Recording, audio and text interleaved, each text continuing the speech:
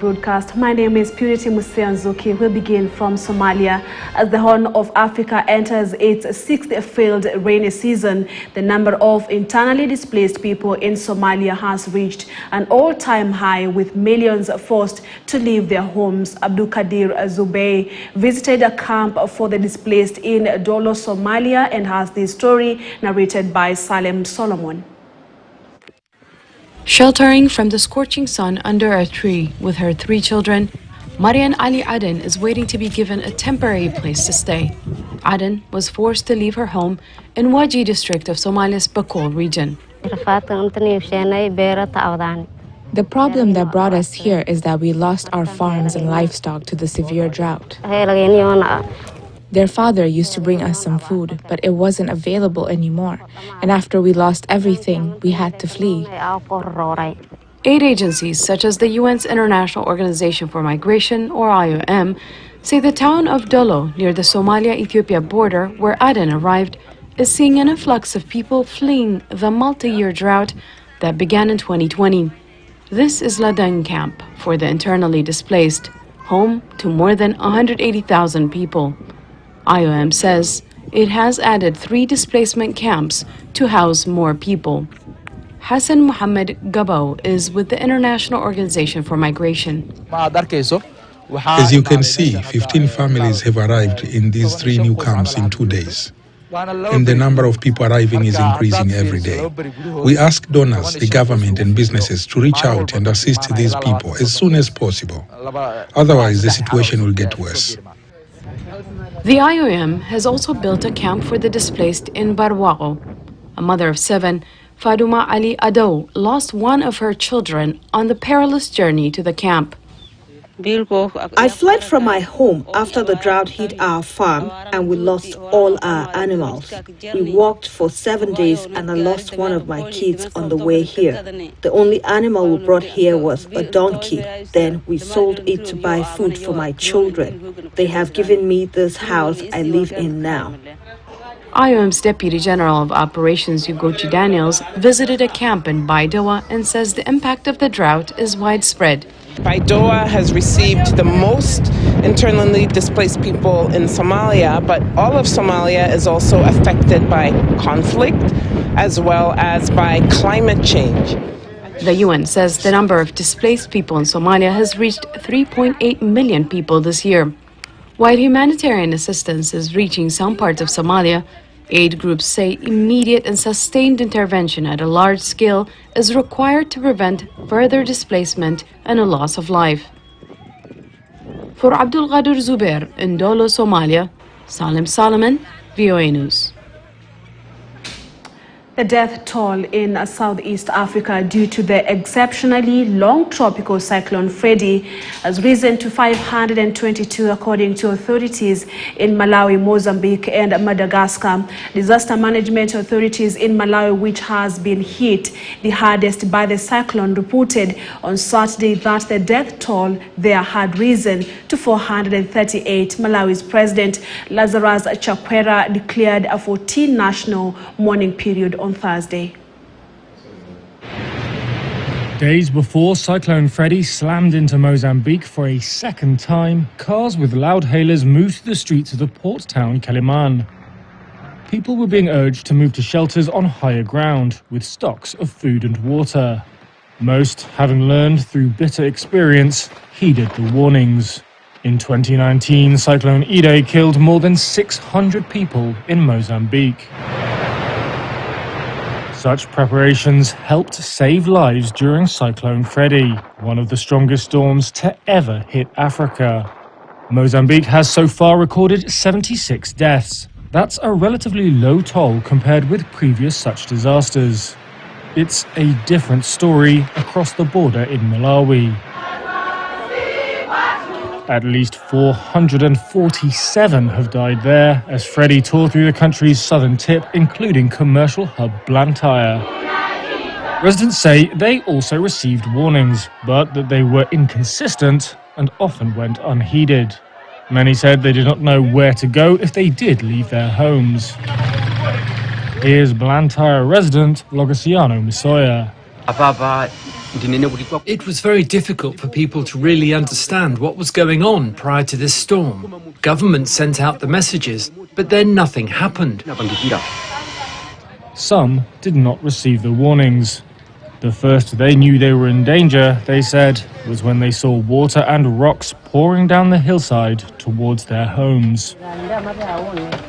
Officials in Malawi's Disaster Management Affairs Department did not immediately respond to queries on evacuation orders and where the shelters were set up before the storm hit. And there were other factors. Deforestation in some areas has weakened the soil, creating the conditions for landslides. Rapid urbanization is creating unplanned shantytowns that are vulnerable to the destructive power of storms. Scientists predict such tropical storms are only going to get stronger due to climate change driven by the burning of fossil fuels. The ocean has absorbed much of the warming caused by heat-trapping gases. That's driven the intensity of storms and, in the case of Freddy, allowed it to pick up strength and circle back to hit southern Africa for a second time. In the success of Mozambique's early warning system, there lies a lesson that could mean the difference between life and death. In Senegal, President Macky Sall has rejected claims that it would be unconstitutional for him to seek a controversial third mandate. The constitution in Senegal was amended in 2016 to shorten a presidential term from 7 to 5 years. It states that no one can serve more than 2 consecutive terms, which the opposition says clearly prevents Sall from running in next year's election. Critics of Sall accuse his government of using courts to sideline the opposition politician Ousmane Sonko. Over 10,000 people gathered in Senegal's capital on Tuesday for the first of 3 planned days of protest. They're supporters of opposition leader Ousmane Sonko.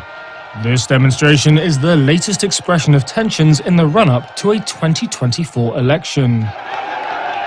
That vote could see President Macky Sall run for a controversial third term. That would be unconstitutional, says the opposition. Kedidatu Faye was among crowds who gathered at a field in Dakar. We ask Macky Sall to simply stop. He is done. He must stop this third-term business. He must let others run, and he must let Ousmane Sonko be a candidate. No to the third term. Sall has declined to comment on whether he plans to run. The election would pit him against an opposition field led by Sonko. He came third in the last election, but has since gained clout, particularly among disillusioned urban youth. We are tired. We don't have jobs. Life is expensive and everything is hard. We have a president who locks up its youth. We are tired. Sonko is due in court on Thursday to resume hearings related to libel charges. He allegedly accused Senegal's tourism minister of embezzlement. Sonko is also facing trial on charges of rape and making death threats to a beauty salon employee in 2021, which he denies. President Sall's opponents accuse him of trying to weaken the competition with false accusations and political trials ahead of the election, which the government rejects. And thousands of protesters marched through the cities of South Africa calling on President Cyril Ramaphosa to resign over lack of jobs and electricity. Thousands of protesters marched through South Africa's cities on Monday. They're calling on President Cyril Ramaphosa to resign over a lack of jobs and electricity. We want our electricity back. We want our job back.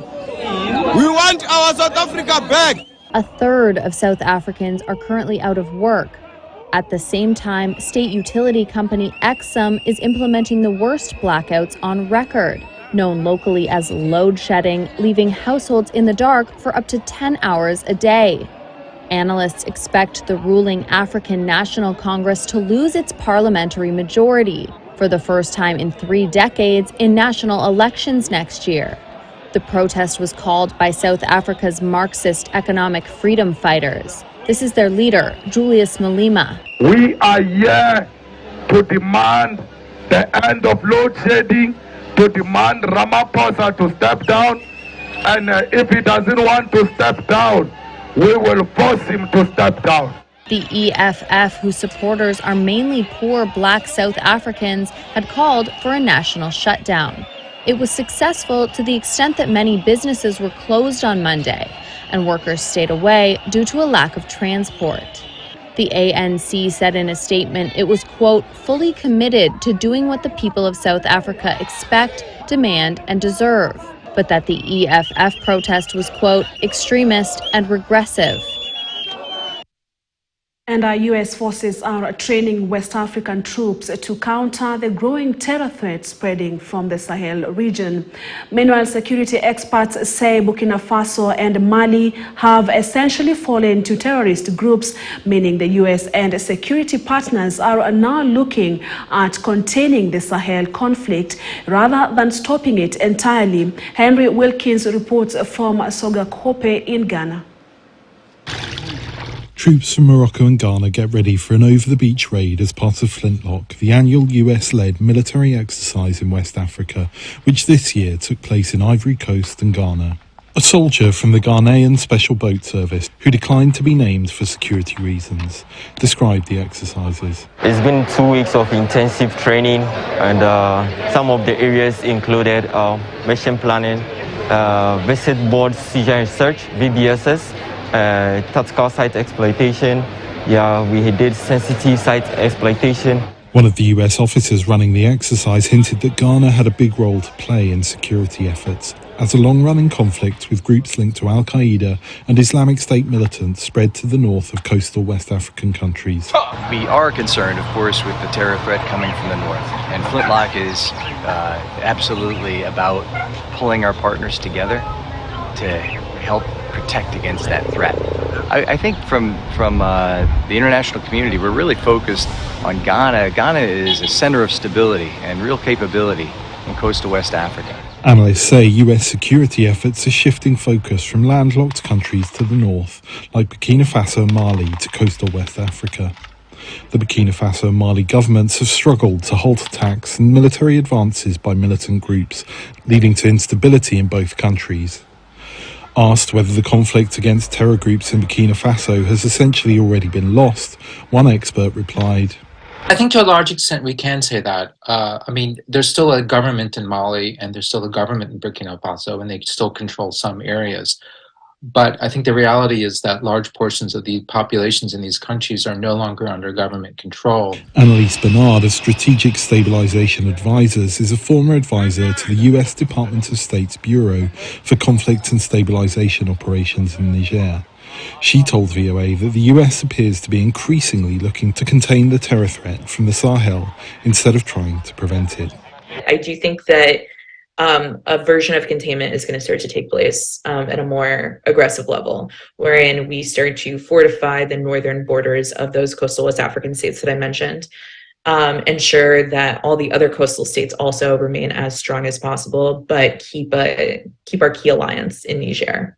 Analysts say that the US is paying more attention to the Sahel conflict as great powers like Russia and China begin to show more interest and influence in the region. Secretary of State Antony Blinken visited the Sahel last week to pledge support, while Vice President Kamala Harris is due to visit Ghana later this month. Henry Wilkins for VOA News, Sogakope, Ghana. In Burkina Faso, the struggle against Islamist militants has raised security concerns. In neighboring Ghana, observers say illegal weapons are being smuggled into Ghana via the porous border. Senanu told reports from Paga in Ghana. Paga, a Ghanaian community along the Ghana-Burkina Faso border, is closely linked economically to its Burkinabe neighbor, Dakola. Cross-border trade has been facilitated by ECOWAS trade agreements for West African states. But communities in Ghana are concerned that weapons from Burkina Faso, which is battling Islamic militants, are being smuggled into Ghana, creating a security threat. Awal Ahmed Karyama is the Executive Director of Rural Initiatives for Self-Empowerment, a human rights non-profit operating along the borders. There is a dedicated route that we know that this is where people pass. But beyond that, there are unapproved routes where, and you know that typical of border towns, smuggling generally is the bane of most border towns. Analysts say Ghana's security is at risk. Northern Ghana is very vulnerable. A bigger feature in terms of vulnerability is the existence of unresolved conflicts along chieftaincy lines, along ethnic lines, and marginalization along ethnic lines. These things make Northern Ghana very, very vulnerable for extremist or terrorist exploitation. Ghana's army has assured citizens that it has the resources to thwart any possible insurgency. Military officials say through a joint security cooperation project called the Accra Initiative, they exchange intelligence with Burkina Faso on potential threats. We cooperate a lot. There's always exchange of information, exchange of intelligence and all that along the borders, not just among the military, among the customs, among the immigration, among the police. Ghana, Burkina Faso, and more than 24 other countries recently took part in 2 weeks of anti-terrorism combat training as part of the U.S. Special Operations Command Africa program called Flintlock 2023. Unlike its neighbors, Ghana has enjoyed relative stability and hopes the program enhances its preparedness against terrorism. Scenarios that are chosen for Flintlock mimic what has happened in the various countries, the modus operandi of the terrorists. So these are the scenarios that have been designed to train our troops on. Ghana's authorities say they will continue to engage locals in intelligence sharing and counter-terrorism. Sana Nutot for VOA News, Daboya, Ghana. And a French medical aid group, Doctors Without Borders, has launched the first human papillomavirus HPV vaccination drive for schoolgirls in Malawi. They aim to reduce cervical cancer in Malawi, which has the world's second death rate from the disease. Lamek Masina reports from Machinga district in Malawi. Malawi rolled out its national human papillomavirus vaccination campaign in 2019, targeting 1.5 million girls aged 9 to 14 to prevent cervical cancer. But the COVID pandemic quickly disrupted the HPV vaccine drive with shifting medical priorities and social distancing. Medical aid group Doctors Without Borders, known by its French abbreviation MSF, this year launched a campaign to boost the low vaccine uptake by targeting girls at school. It's easier to find this age group in schools than in a community. And at the school, we have the Minister of Education, which works hand in hand with the Minister of Health.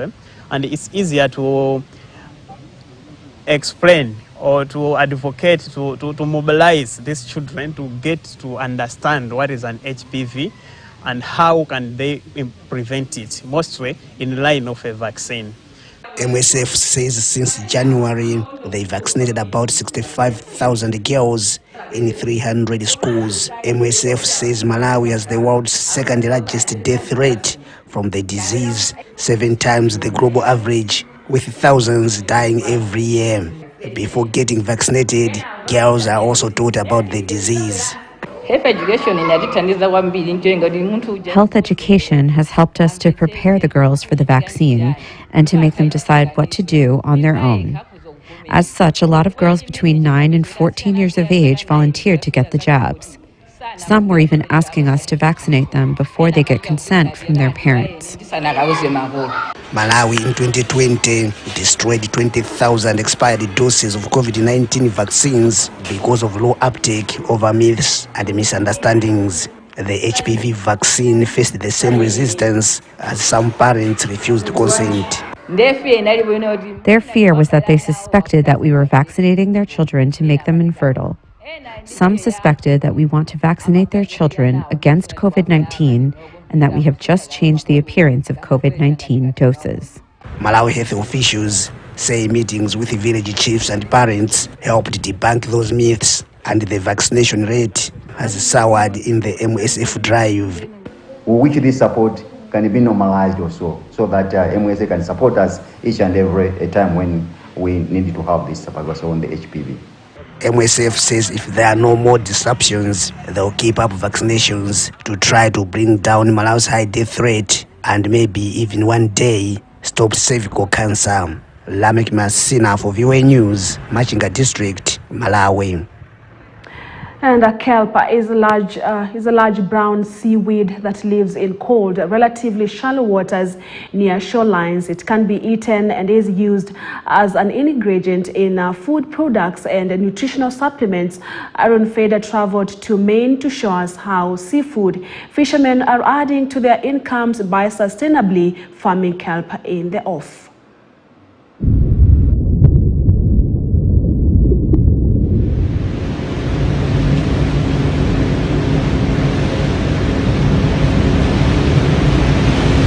We're looking at a pretty significant economic development issue here on the coast of Maine as the Gulf of Maine warms faster than 98% of oceans in the world. We're working with fishermen to diversify their income by farming kelp in their off-season. Working waterfront in Maine is traditionally very independent. Most of the people that I can think of are all, owner-operators or own independent boats, and I'm mostly thinking about lobstermen here. The ASF model allows people to maintain their independent owner-operator status, but also get the support that they need to venture into a new field that's totally different from wild capture.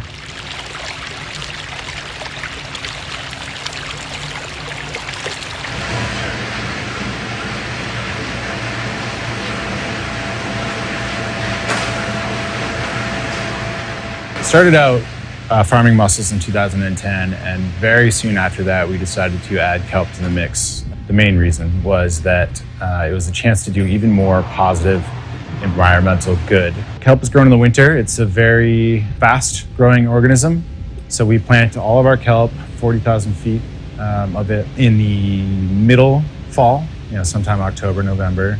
We grow it over the winter exclusively. We maintain it during that period, and then we harvest it all in the early spring.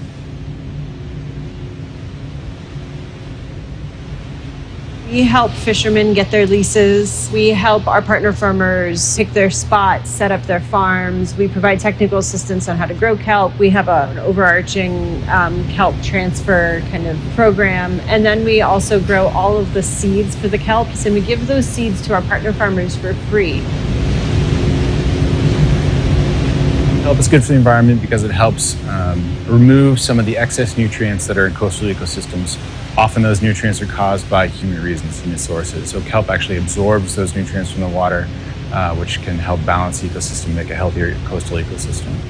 I think what I get most excited about with my job is I get to really challenge conventional wisdom about what a food system can be and what food can do for people and the environment. So to be able to look at the coast and see the exact same issues that we're confronting everywhere else, just maybe 20 years early, so that we can actually do something about it, is pretty exciting. And so we can also be not only like a warning sign for the rest of the world, but also a beacon of hope for how we can go about climate change adaptation in a way that is thoughtful and preemptive.